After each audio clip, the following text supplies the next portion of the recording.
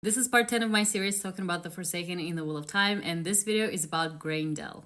Graendal was actually mentioned by Lanfear in season 2 of the Wheel of Time, and she called her a vain idiot, and let me explain why.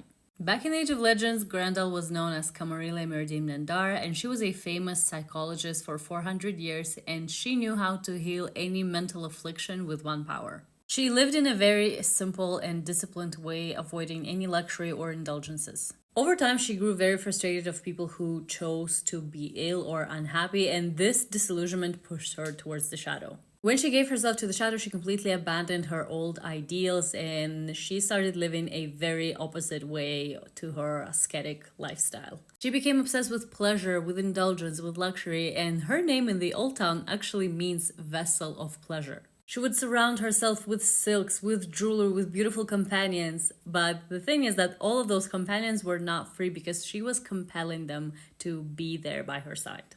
And she doesn't just collect beauty and power for her own indulgence, she takes pleasure in corrupting what was once pure and great. We first meet her in the 4th book, The Shadow Rising, and she's posing as Lady Basine, and she's living in this obscene and luxury palace in Aradoman, surrounded by all of those compelled men and women. So she's quite similar to Raven in that sense. Her preferred method of control is compulsion and not warfare. Until book 6, she doesn't quite do anything. It's just little scheming here and there. But from book 6, I believe, until book 8, she is more involved in the politicking and her influence in Aradoman starts spreading. I'm very curious what Rafe Judkins, the showrunner of The Wheel of Time, was planning to do with Graendal because she's not very active for most of the books and she was always very cautious, and at the Forsaken meetings she would always advocate to be careful in dealing with Rand. She would always appear at the Forsaken strategy meetings, but she